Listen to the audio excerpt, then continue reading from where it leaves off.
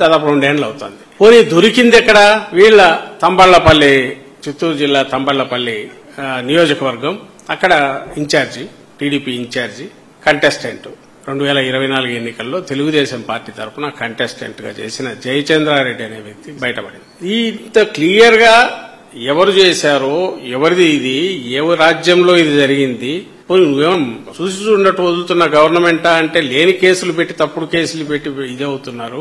వైఎస్ఆర్సీపీ కార్యకర్తల నాయకులను దునుమాడిస్తున్నారు, ఎక్కడికక్కడ తప్పుడు కేసులు పెట్టి అక్రమంగా జైళ్లలో పెట్టి. మరి ఈ స్థితిలో నువ్వు వచ్చి 2 ఏళ్ల అధికారంలోకి వచ్చి 2 years అయినాక ఒక వైఎస్ఆర్సీపీ నాయకుడు ఈ మొత్తాన్ని కంట్రోల్ చేస్తున్నారని నిన్న అరెస్ట్ చేశారు జోగిరామన్. దీంట్లో కనపడేది ఇంతవరకు వీళ్ళు అధికారంలోకి వచ్చాక అందరూ చూస్తూనే ఉన్నారు. ఫస్ట్ తప్పుడు కేసులు పెట్టడము, వైఎస్ఆర్సీపీ ప్రత్యర్థుల మీద పేరుతో వైఎస్ఆర్సీపీ నాయకుల మీద గానీ కార్యకర్తల మీద తప్పుడు కేసులు పెట్టడం, సోషల్ మీడియా యాక్టివిస్టుల మీద పెట్టడం మొదలైంది. సోషల్ మీడియా యాక్టివిస్టులు ఎవరో కన్ఫెషన్ అని చెప్పి వాళ్ళ పేరుతో తీసుకుని వేరే వాళ్ళని అరెస్టులు చేశారు, నెలల తరబడి ఉంచారు.